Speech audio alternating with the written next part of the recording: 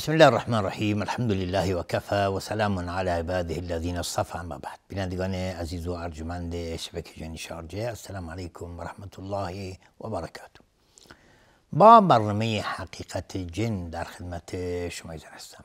در این برنامه درباره اینی که آیا از جنیان هم فرستادگانی فرستاده شده از جانب خداوند، یا اینکه همون فرستادگانی که خداوند برای انسانها فرستاده جنیان هم برای اونها همین فرستادگان بوده یا نه.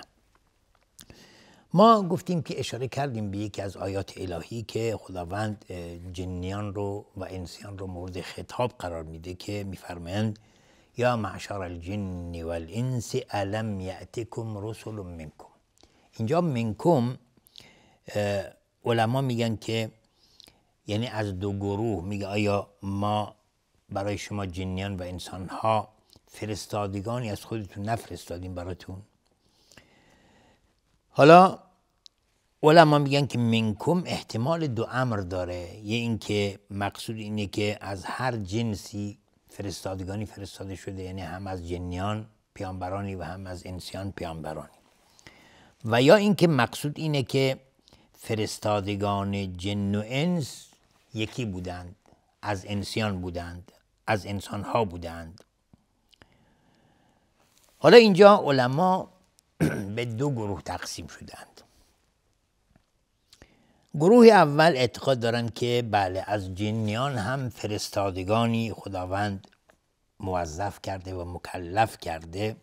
حالا کسانی که این عقیده دارند ضحاک و ابن جوزی و ابن حزم. ابن حزم عقیده داره که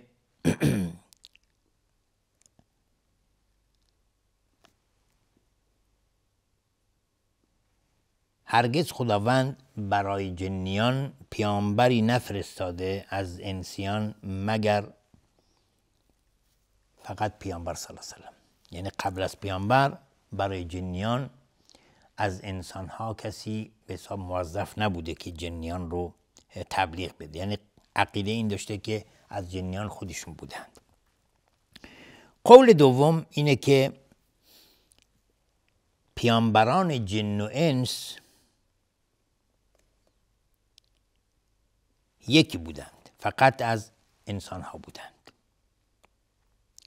یعنی از جنیان هرگز رسول و فرستاده‌ای نبوده. و این قول ابن عباس و مجاهد و کلبی و ابی عبید هستش. ابن تیمیه رحمت الله علیه میگه که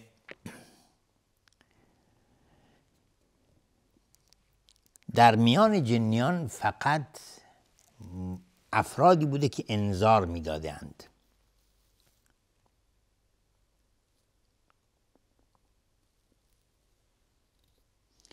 یعنی ابن تیمیه بگه که آیا در میان جنیان فرستادگانی بوده یا فقط منذرین بودند، یعنی انذار دهندگان بودند. اینجا باز میگه دو قول شده، بر دو قول هست.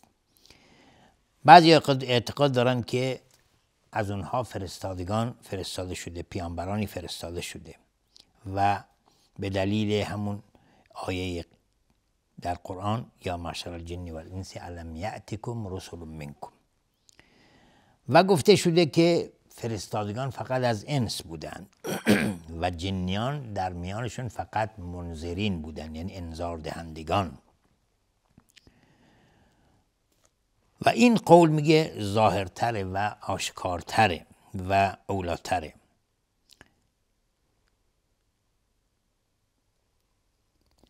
چون در قرآن کریم در سوره احقاف وقتی که جنیان نزد رسول الله آمدن و قرآن شنیدند،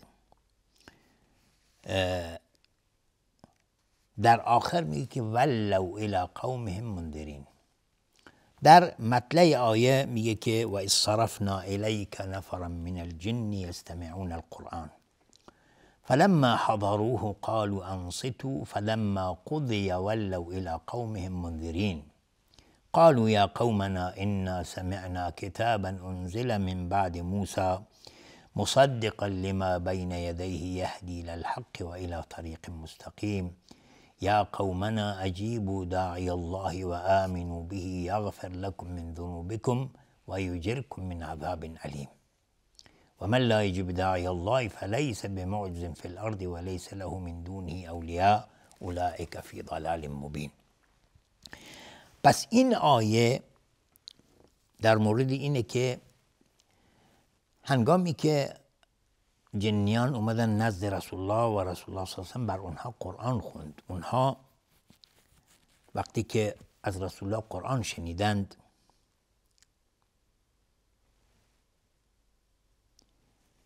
یستمعون القرآن و اذ صرفنا الیک نفرا من الجن یستمعون القرآن، یعنی ما بیاد آورد هنگامی که گروهی را فرستادیم نزد تو از جنیان و قرآن میخوندی و اونها گوش دادن این قرآن رو. یستمعون القرآن فلما حضروه قالوا انصتوا، وقتی که به جلسه اون جلسه قرآن خونی حاضر شدن که تو قرآن میخوندی، اونها به هم دیگه گفتن که انصتوا، گوش دهید، خاموش باشید، گوش فرا دهید.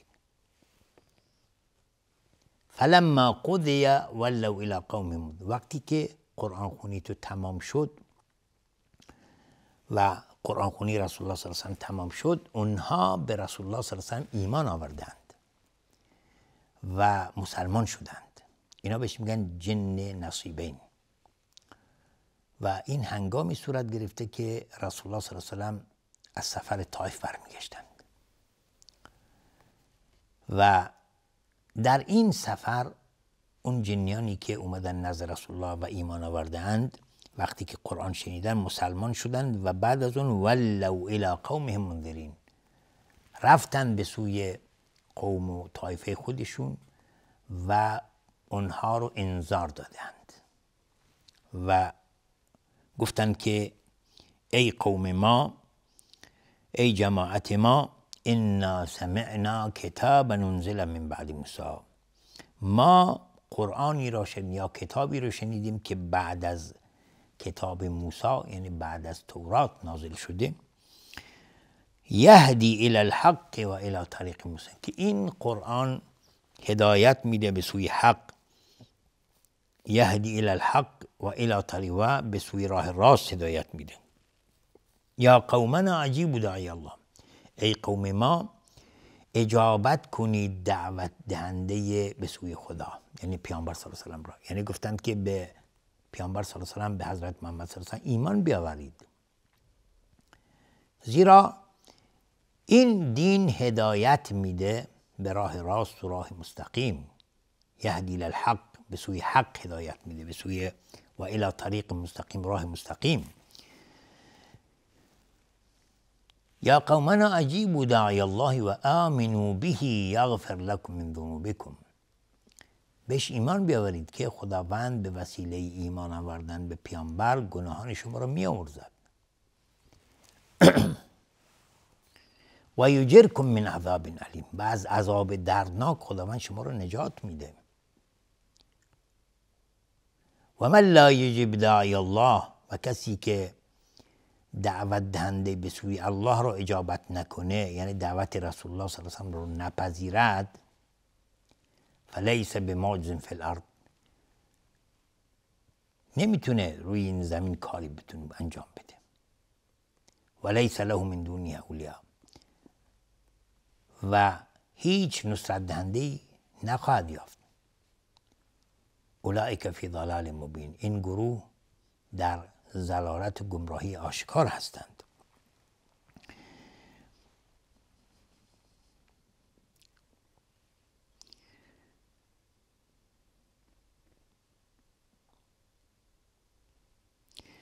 و اون چی که علما میگن که ترجیح میده که پیامبران که برای بشر فرستاده شدند هم پیامبران جنیان هستند، قول جن هست و گفتار جن که هنگامی که قرآن شنیدند و گفتند که انا سمعنا کتابا انزل من بعد موسی،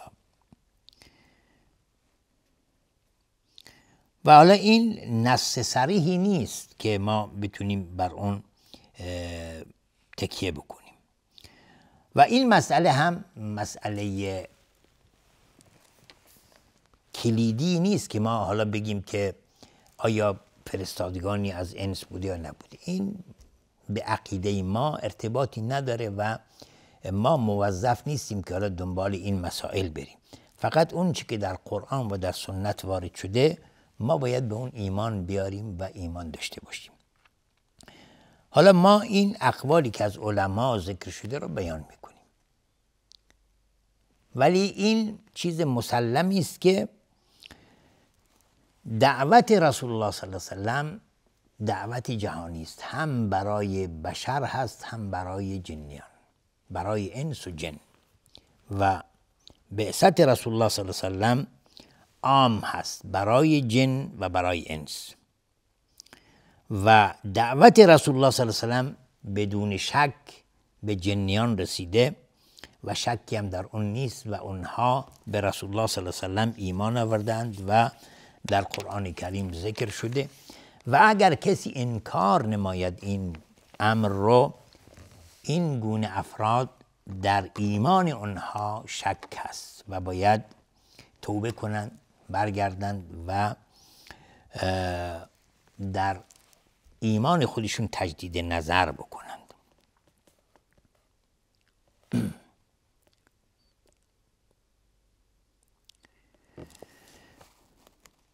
حالا کسی که میخواد بیشتر در این امور اطلاع و آگاهی پیدا بکنه، شما میتونید برید و تفسیر سوره جن رو بخونید و اون داستانی که به حساب در سوره جن ذکر شده مسلماً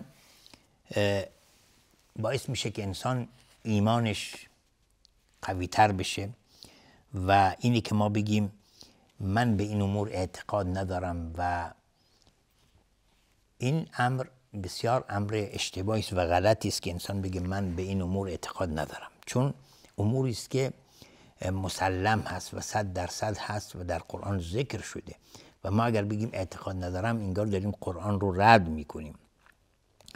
پس این امر قطعی است که دعوت رسول الله صلی الله علیه و سلم شامل هم جن میشه و هم انسیان میشه و ما گفتیم که گروهی از جنیان وقتی قرآن شنیدن فوراً ایمان آوردن و در مطلع سوره جن میگه قل اوحی الی انه استمع نفر من الجن فقالوا انا سمعنا قرآنا عجبا یهدی الی الرشد فآمنا به ولن نشرک بربنا احدا. دقت کنید این آیات مطالعه بکنید سوره جن رو در قرآن کریم در جزء 29. پس اینجا اینهایی که جنیانی که از رسول الله صلی الله علیه و سلم قرآن شنیدن و ایمان آورده اند همون جنیانی هستند که در سوره احقاف ذکر شدند و ما در قبل از این هم اشاره کردیم و اصطرفنا الیک نفرا من الجن آیات 29 تا 32 سوره احقاف که اونها این اعتقاد دارند که بله و ایمان داشتند که این کتاب که بر رسول الله صلی الله علیه و سلم نازل شده به سوی حق و به سوی راه راست هدایت میده و اونها به سوی قوم خود رفتند و اونها رو انذار دادند و گفتند که ایمان بیاورید به این فرستاده خدا تا مورد بخشش الهی قرار بگیرید و گناهان شما آمرزیده بشه و از عذاب دردناک نجات پیدا بکنید. و اگر کسی از شماها این دعوتگر الهی رو اجابت نکنه و دعوتش رو نپذیرد، دیگه هیچ ناصری، هیچ پشتیبانی نخواهد داشت و در گمراهی آشکار به سر میبره و مسیر او دیگه مشخص هست که در آیات بعدی در سوره جن میگه که وقتی که گفت و انا منا المسلمون و منا القاسطون فمن اسلم فاولئک تحروا رشدا و اما القاسطون فكانوا لجهنم حطبا. پس این موضوع خیلی مهمه و به عقیده انسان وابسته است.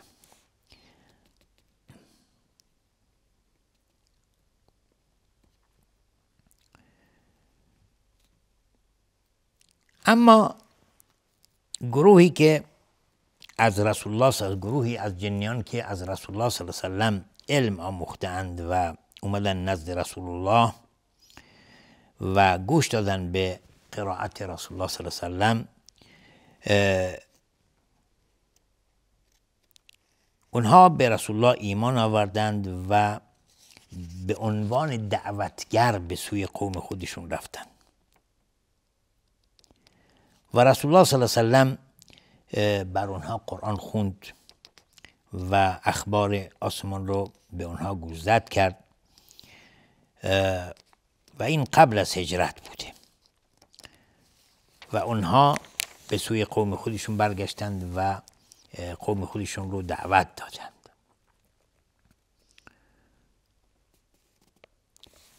حالا این حدیث اشاره داره به این و روایتگر اون میگه ابن مسعود میگه که ما با رسول الله صلی الله علیه و سلم همون در شبی که با جنیان ملاقات کردن با رسول الله بودیم و علقمه میگه که از ابن مسعود سوال کردم و گفتم که هل شهد احد منکم مع رسول الله صلی الله علیه و سلم لیلة الجن؟ آیا از شما هم کسی در اونجا حاضر بود اون شبی که با جنیان ملاقات کردن رسول الله؟ ابن مسعود میگه که خیر، ولکن ما با رسول الله بودیم در اون شب و دیدیم رسول الله نیست و ما به دنبالش گشتیم، همه جا یعنی دنبالش گشتیم ولی پیداش نکردیم و رسول الله را ندیدیم، ولی وقتی صبح شد ما دیدیم که از جانب غار حرا و از اون طرف داره میاد و گفتیم که کجا بودی رسول الله؟ ما دنبالت گشتیم. میگه که از جنیان کسی اومد دنبال من و من رفتم و بر اونها قرآن خوندم و اونها ایمان آوردن و ما را برد و اونجا نشونمون داد همون آثار آتش و اینا. در اینجا وقت برنامه ما به اتمام میرسه. امید است این درس تا اینجا مورد توجه و استفاده شما ایزان قرار گرفته باشه. تا دیداری دیگر و برنامه دیگر همه شما ایزان رو به خداوند بزرگ میسپارم و آخر دعوانا ان الحمدلله رب العالمین و السلام علیکم و رحمت الله و برکاته.